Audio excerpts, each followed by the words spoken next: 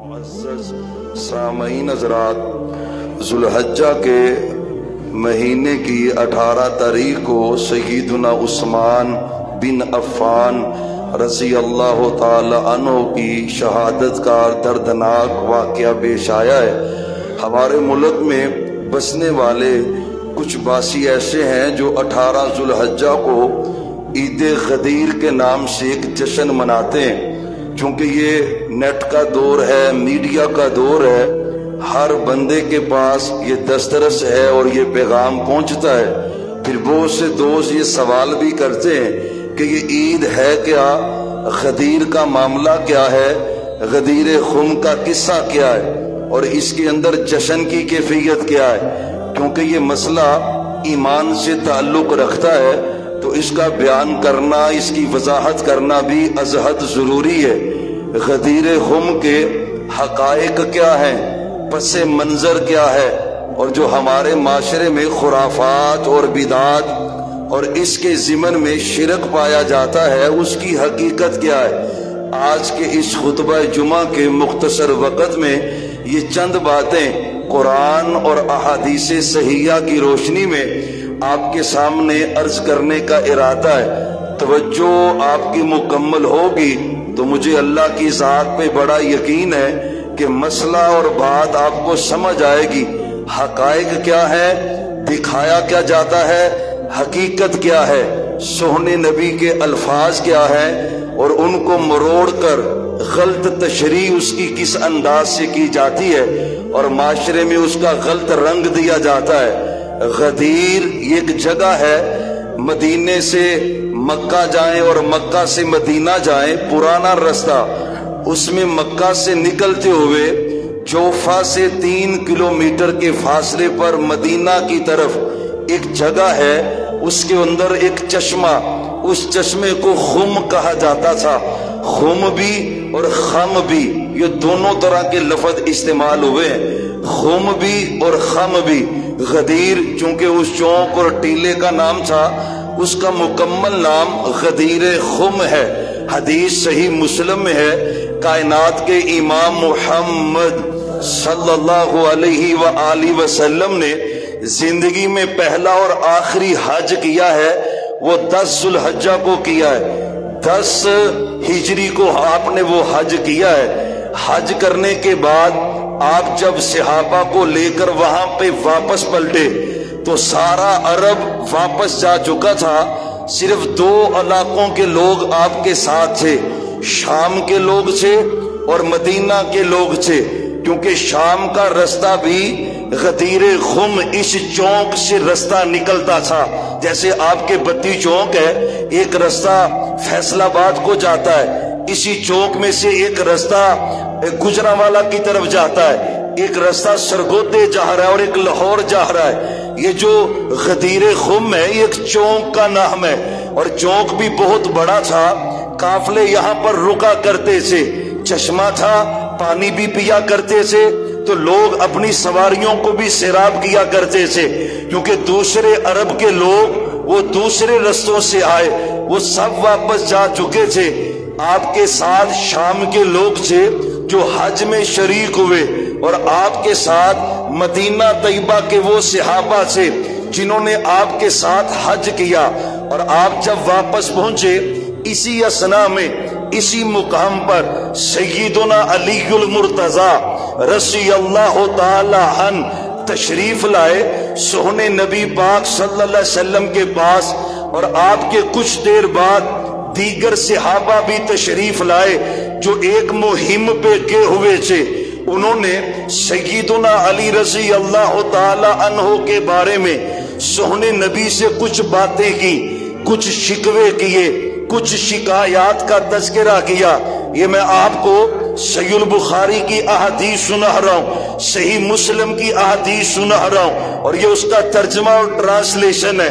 وقت چونکہ کم ہوتا ہے اور مکمل عربی یا بھارت بھی ساتھ پڑھیں تو مزید وقت درکار ہوتا ہے۔ کائنات کے امام محمد صلی اللہ علیہ وآلہ وسلم آپ نے پھر اس مقام پر ایک خطبہ ارشاد فرمایا. یہ صحیح مسلم کی حدیث ہے اور اس حدیث کے راوی سیدنا زید بن ارقم ہے. اور پتہ ہے یہ وہی زید صحابی ہیں کہ جن کے گھر کو دار ارقم کہا جاتا تھا.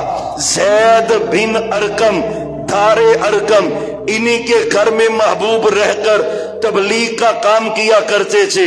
معلوم ہوتا ہے کہ یہ عشرہ مبشرہ صحابہ میں سے ہے. زید بن ارقم رضی اللہ تعالی عنہ، ان کے پاس چند تابعی مل کر آئے اور انہوں نے آ کے کہا اے زید رضی اللہ عنہ، آپ کی عمر بڑی زیادہ ہو چکی، آپ نے سہنے نبی کی رفاقت بڑی کی ہے، آپ کے ساتھ غزوے بڑے کیے، آپ کی رفاقت نصیب آئی، کچھ ہمیں باتیں سنائیں سہنے نبی کی جو آپ نے سنی ہو، جو دیکھی ہو، کوئی منظر سنائیں. آپ فرمانے لگے عمر بہت زیادہ ہو چکی ہے، جو باتیں یاد ہیں وہ میں بیان کروں گا، لیکن جو بیان نہ ہو سکے اس کا تکلف نہ کرنا، اصرار نہ کرنا. فرمایا بیان کیجئے. پھر یہ حدیث بیان کی. حضرت زید بن ارقم رضی اللہ تعالی عنہ نے کہتے محبوب نے حج کیا، حج کر چکے، حج مکمل ہو چکا، لوگ گھروں کو چھا چکے، شام کے لوگ اور مدینہ کے لوگ میرے سہنے نبی پاک کے ساتھ سے علیہ السلام. آپ نے خطبہ ارشاد فرمایا قام رسول اللہ صلی اللہ علیہ وسلم یومن فینا بماء یدعا خما فوعظ فحمد اللہ وثنى علیہ وفعظ وذکر وقال الا ایها الناس انما انا بشر یوشک ان یأتی رسول ربی فأجیبہ انی ترکت فیکم ثقلین اولہما کتاب اللہ فیہ الہدی والنور فتمسکوا بہا واطراتی واذکرکم اللہ فی اہل بیتی اذکرکم اللہ فی اہل بیتی اذکرکم اللہ فی اہل بیتی. صحیح مسلم کی یہ حدیث ہے. صحابہ کہتے ہیں رضوان اللہ علیہ مجمعین. آپ نے خطبہ ارشاد فرمایا. خم نامی چشمے کے پاس آپ کھڑے ہوئے، آپ کے سامنے صحابہ سے بعض نے تعداد 10,000 لکھی، بعض نے 17,000 لکھی اور بعض نے 70,000 لکھی، لیکن زیادہ معقول جو بات ہے وہ 10,000 کے قریب افراد آپ کے سامنے موجود تھے. آپ نے یہ خطبہ ارشاد فرمایا. حضرت زید بن ارقم کہتے ہیں رقت امیز خطبہ تھا، اس میں واعظ تھی، اس میں نصیحت تھی.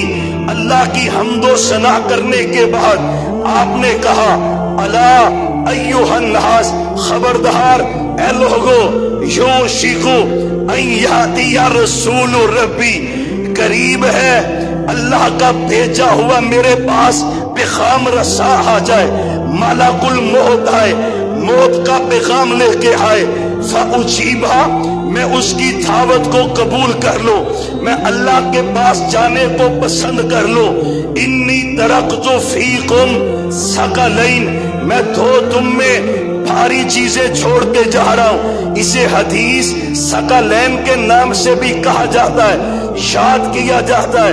دو بھاری چیزیں تم میں چھوڑ کے جا رہا ہوں. ترکت فیکم ثقلین، دو بوجھل چیزیں، دو بھاری چیزیں، دو عظمت والی چیزیں، دو شان والی چیزیں، دو مقام والی چیزیں.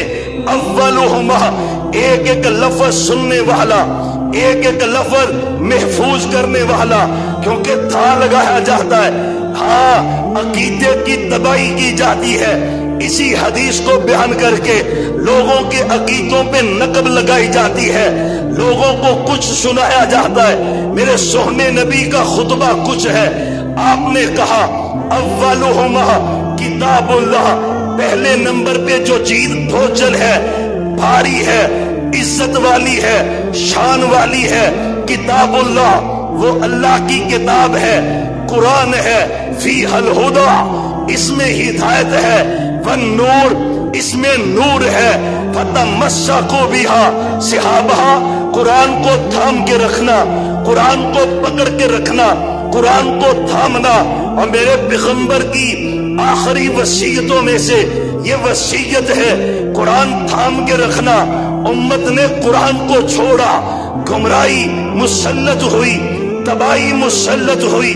اس میں ہدایت ہے، اس میں نور ہے، فتمسکوا بہا پکڑو، مضبوطی سے پکڑو، تمسکوا بہا زور سے پکڑو، مضبوطی سے پکڑو۔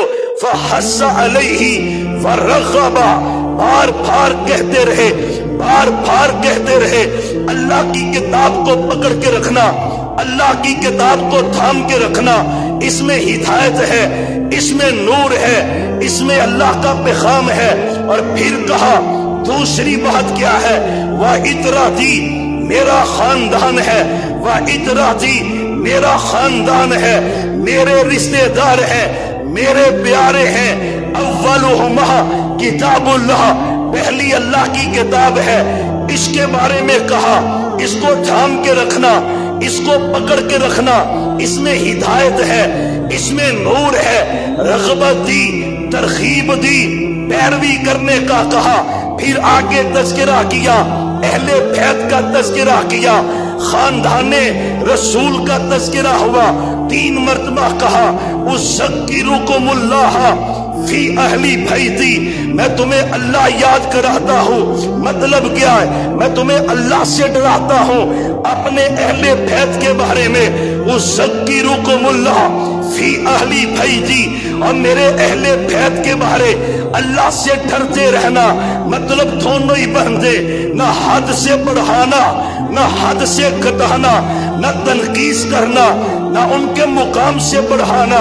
اذکرکم اللہ فی اہلی بیتی نہ مقام سے بڑھاؤ گے، نہ ان کو اذیت دو گے، نہ ان سے دشمنی رکھو گے، نہ خلف کرتے ہوئے اللہ کا حصہ بناؤ گے۔ اذکرکم اللہ فی اہلی بیتی 3 مرتبہ کہا۔ اب سننا ذرا وجہ کیا پیش آئی، کیوں کہا، یہ خطبہ دیا کیوں ہے؟ میری کتابیں بھی ہیں، تیری کتابیں بھی ہیں۔ بہار الانوار ایک کتاب ہے شیعہ علماء کی لکھی ہوئی، جس طرح اہل سنت کے اندر قرآن کے بعد صحیح البخاری کا درجہ ہے، اسی طرح اہل تشیع کے اندر بہار الانوار کا درجہ ہے۔ درجہ بڑا دیتے ہیں، اہمیت بڑی زیادہ ہے۔ اور بہار الانوار کے اندر بھی جو صحیح بخاری کی روایت ہے اسی کی تصدیق موجود ہے۔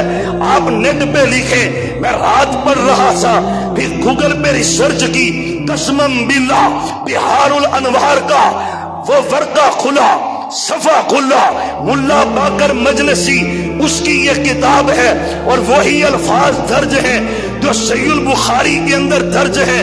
الفاظ سیم ہے، وجہ سیم ہے، پس منظر سیم ہے۔ خطبہ دیا کیوں ہے، خطبہ ہوا کیوں ہے؟ تم نے بڑا کچھ کہا، تم نے بڑا کچھ کھڑا، لوگوں کے عقیدے خراب کرنے چاہے، لیکن اللہ کے فضل سے ابھی قرآن موجود ہے، سونے نبی پاک کی حدیث موجود ہے، ابھی علماء حق موجود ہیں، ابھی سونے نبی کے پیروکار موجود ہیں۔ عقیدے پہ نقب نہیں لگ سکتی انشاءاللہ اللہ کے فضل و کرم سے۔ پس منظر کیا ہے؟ کائنات کے امام محمد، پڑھو پڑھو ذرا، بارش کی وجہ سے خطبہ لیٹ شروع ہوا ہے، اتنا لیٹ ختم ہونا ہے، گھبرانا نہیں ہے آپ نے انشاءاللہ۔ وہ دوسرا گھبرانا نہیں کہہ رہا، لیکن اتنی پریشانی نہیں، پریشان تو نہیں نا جی آپ؟ بس بات کلوز کرتے ہیں، اتنی لمبی بھی نہیں ہوگی، شارٹ کرتے ہیں اس کو، بس 2-3 احادیث بیان کر کے مسئلہ کلیئر کر کے بات ختم کرتے۔ ذرا درود پاک پڑھے، محمد، محبت اور چاہیے، محمد صلی اللہ علیہ وسلم، محمد صلی اللہ علیہ وآلہ وسلم آپ نے ایک لشکر بھیجا ہوا تھا. یہ صحیح البخاری کی حدیث ہے. امام بخاری نے اس کا تذکرہ کیا. لشکر شام چلے جاتا, مہم ہو چکی. اس لشکر نے پیغام بھیجا, محبوب فتح ہو گئی, غنیمت کا مال مل چکا, آپ کسی کو بھیجیں وہ غنیمت کا مال تقسیم کر دے. اس لشکر کے سپہ سالار حضرت خالد بن ولید ہیں رضی اللہ تعالی عنہ. ہوا کیا, حضرت علی کو آپ نے بھیجا. حضرت علی وہاں پہ پہنچے, صحیح البخاری کی حدیث ہے, وہاں پہ پہنچے, مال غنیمت تقسیم کیا. ان لونڈیوں میں ایک خوبصورت لونڈی تھی, حضرت علی نے اس کا چناؤ اپنے لیے کیا. اب چونکہ محبوب نے ان کو امیر بنا کے بھیجا تھا, اور جو امیر ہوتا ہے متحد بھی ہو تو اس کے پاس اختیار ہوتا ہے. آپ نے وہ لونڈی اپنے لیے پسند کی, رات گزاری, جمع کیا, صبح غسل کیا. حضرت بریدہ رضی اللہ تعالی عنہ صحابی رسول ہے, عمر رسیدہ ہے, حضرت خالد بن ولید کے پاس گئے. فرمایا آپ نے دیکھا نہیں حضرت علی نے کیا کیا ہے, آپ نے نہیں دیکھا؟ فرمایا دیکھا تو ہے, پر ان کو محبوب نے بھیجا ہے, ساتھ پابندی لگا دی. میں جا رہا ہوں سونے نبی سے ملاقات کرنے, جب میں واپس پلٹوں گا پھر آپ کے اندر میں یہ غنیمت کا مال تقسیم کروں گا. حضرت علی آگے, یہ صحیح بخاری میں بھی حدیث ہے, بہار الانوار کا میں نے حوالہ دیا ہے, سیم یہی الفاظ بہار الانوار کے اندر درج ہے. حضرت بریدہ ہے, انہوں نے شکایت کی حضرت علی کی میرے سونے نبی پاک کے پاس. آپ فرماتے ہیں بریدہ تو علی کے بارے میں بغض رکھتا ہے؟ فرمایا ہاں, مجھے علی پہ غصہ ہے, علی نے ٹھیک نہیں کیا رضی اللہ تعالی عنہ, درست نہیں کیا, صحیح نہیں کیا, انہوں نے یہ کیا ہے. آپ نے کہا بریدہ علی کا حق تو اس سے بھی زیادہ بنتا ہے, علی اہل بیت ہے نا, تو اہل بیت کے لیے خمس ہے, کل مال کا 5واں حصہ, اس کے لیے تو اس سے بھی زیادہ بنتا ہے. فرمایا بریدہ لا تبغض علی, لفظ بخاری کے, بریدہ علی سے بغض نہ کر, علی سے بغض, علی سے بغض. یہ بخاری کی حدیث ہے. مسند احمد کی حدیث سننا. پھر آپ نے کہا بریدہ علی سے محبت کر, علی سے, سارے نہیں بول رہے, علی سے محبت کر. پھر بریدہ کہتے ہیں فما کان الناس, فرمایا جب سونے نے کہا نا علی سے محبت کر, میرے دل سے اللہ نے وہ شکوک و شبہات دور کر دیے. پھر میں سب سے زیادہ علی سے محبت کیا کرتا تھا. یہ کس نے کہا؟ محمد الرسول اللہ صلی اللہ علیہ وسلم کی حدیث کے بعد حضرت بریدہ نے کہا میں یہاں پہ یہ بھی کہوں گا, اور لوگوں سنو, علی ہمارے ہیں, حسن ہمارے ہیں, حسین ہمارے ہیں, اہل بیت ہمارے ہیں. سمجھو تو صحیح نا, عیسائی کہتے ہیں عیسیٰ ہمارے ہیں, عیسیٰ ان کے نہیں ہیں. انہوں نے عیسیٰ علیہ السلام کو اللہ کا بیٹا کہا. میرا رب کہتا ہے لقد کفر الذین قالوا ان اللہ هو المسیح ابن مریم. اللہ کہتے ہیں یہ کافر ہیں. کون عیسیٰ کو مانتے ہیں؟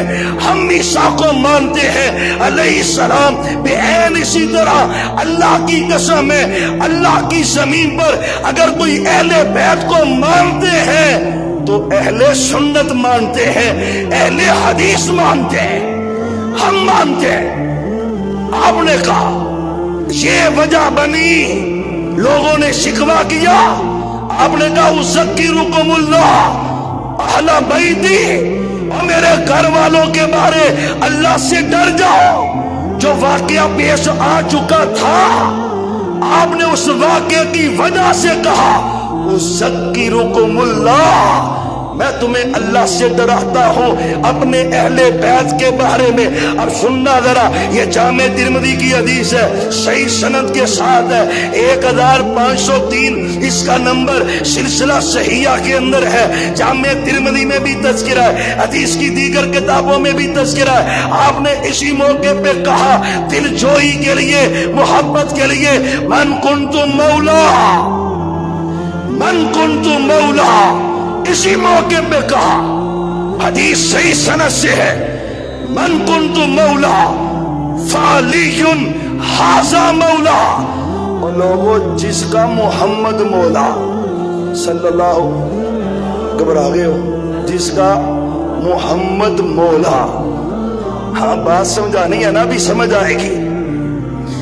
حدیث یہ لیتا ہے اور اس حدیث کو لے کے کہتا ہے مولا علی مشکل کشا ہے، اس حدیث کو لے کے کہتا ہے علی اللہ ہے، اس حدیث کو لے کے کہتا ہے حضرت علی کو اللہ کا حصہ بنا کے مشکل کشا کہتا ہے۔ اللہ کی قسم ہے میرے سونے نبی نے یہی لفظ پہلے اپنے لیے استعمال کیا ہے۔ کس کے لیے؟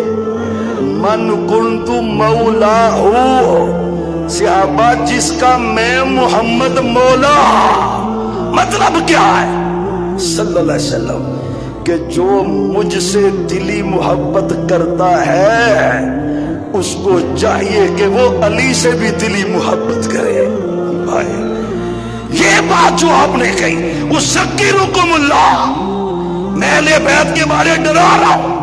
حضرت بریدہ کو سامنے آ کے کہا، لوگوں کو مطلقاً کہا، اور جیسے میں محمد صلی اللہ علیہ وسلم سے محبت کرتے ہو، میں تمہارا مولا ہوں، اب تمہارا حق ہے کہ تم علی کو بھی اپنا مولا بناؤ اور اس سے دلی محبت کرو۔ مطلب کیا ہے؟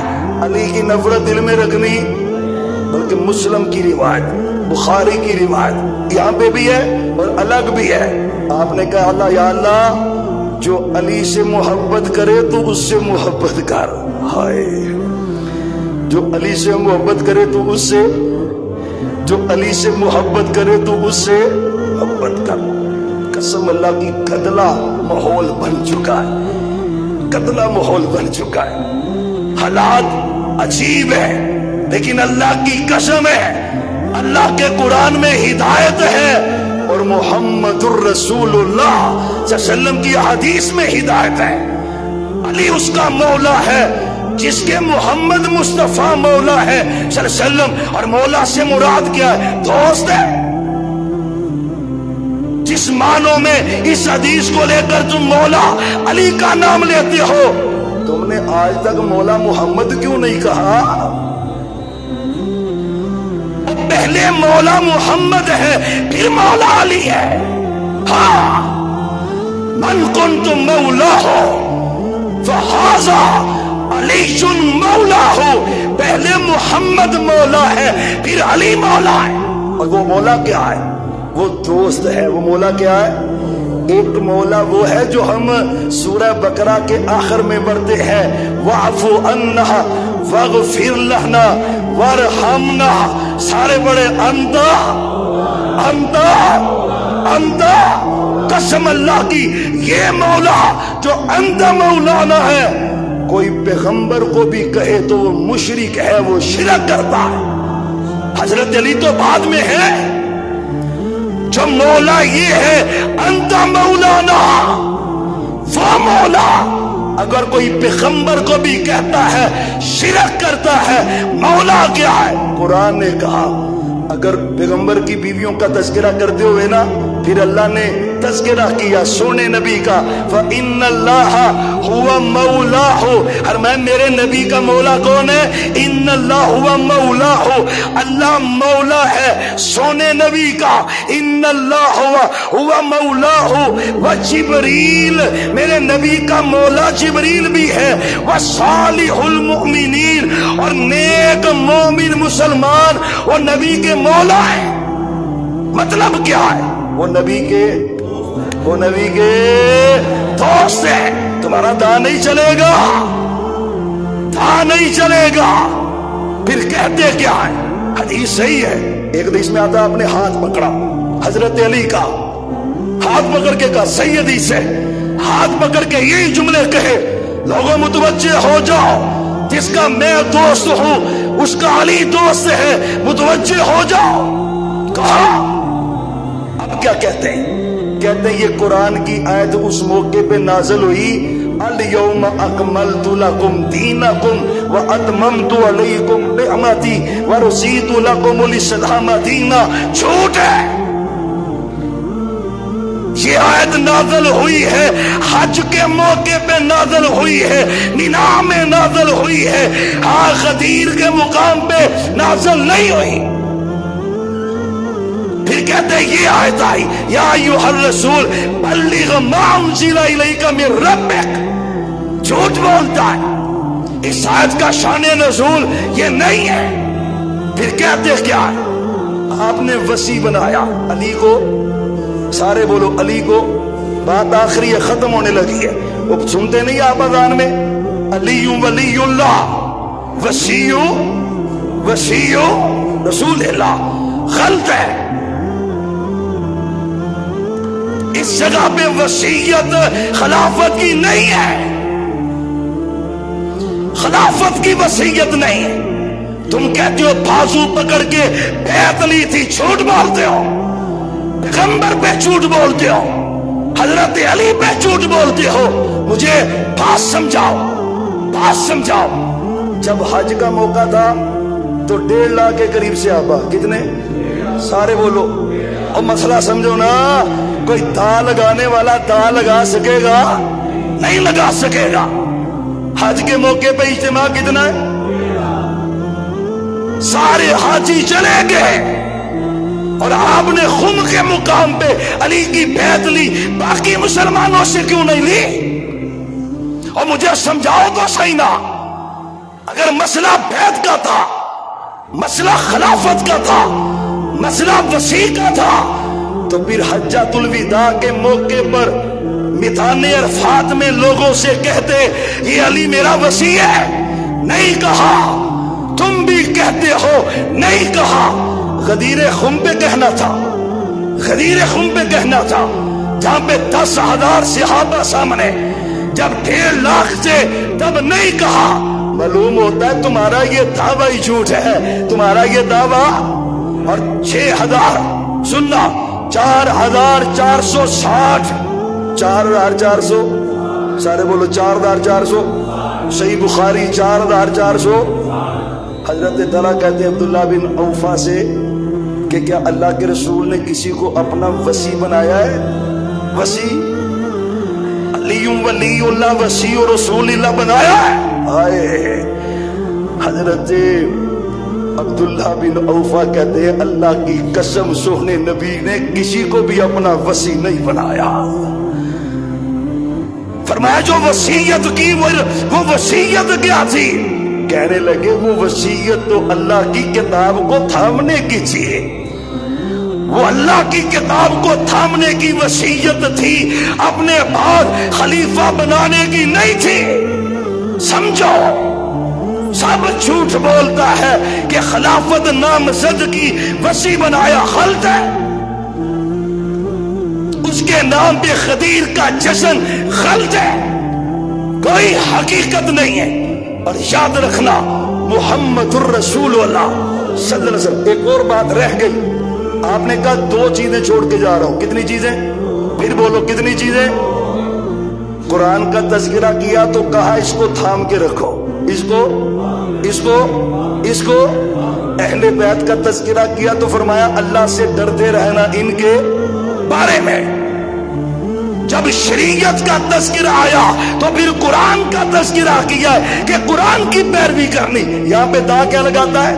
کہتے ہیں پیغمبر نے کہا تھا کہ قرآن کی بھی پیروی کرو اور اہل بیت کی بھی پیروی کرو۔ یہ پیغمبر پہ جھوٹ ہے، حدیث پہ جھوٹ ہے، پیغمبر پہ جھوٹ ہے۔ آپ نے کہا تھا قرآن کو تھامو، اس میں ہدایت اور نور ہے، اس کی پیروی کرو، اور اہل بیت کے بارے میں اللہ سے ڈرنا۔ پھر عید کیوں ہے؟ سمجھو آخری بات، عید کیوں ہے؟ عید کیوں ہے؟ کوئی ایک عید ہے؟ تم کیا سمجھتے ہو کوئی ایک عید ہے؟ ایک عید نہیں ہے، کوئی ایک عید نہیں ہے۔ وہاں پہ تو حضرت معاویہ کا یوم شہادت ہو تو تب بھی عید ہوتی ہے، میرے عثمان کا یوم شہادت 18 ذوالحجہ ہے تو تب بھی عید ہوتی ہے۔ سبب اور ہے، سبب اور ہے، سبب یہ نہیں ہے۔ اور میں اللہ کی قسم اٹھا کے کہتا ہوں، منبر پہ ہو اور پیغمبر کی وراثت ہے، یہ منبر اللہ کبھی ایمان پہ موت نہ دے۔ جو دین میں تحریف کرے اور برا کرے، اہل بیت سے محبت ایمان ہے، لیکن اہل بیت کا نام لے کر دیگر صحابہ پہ تبرہ کرنا، عقیدے میں خلف کرنا، اللہ کی قسم ہے یہ اہل بیت کی تعلیم کے بھی خلاف ہے اور قرآن و سنت کی تعلیم کے بھی خلاف ہے۔ آخر دعوانا ان الحمدللہ۔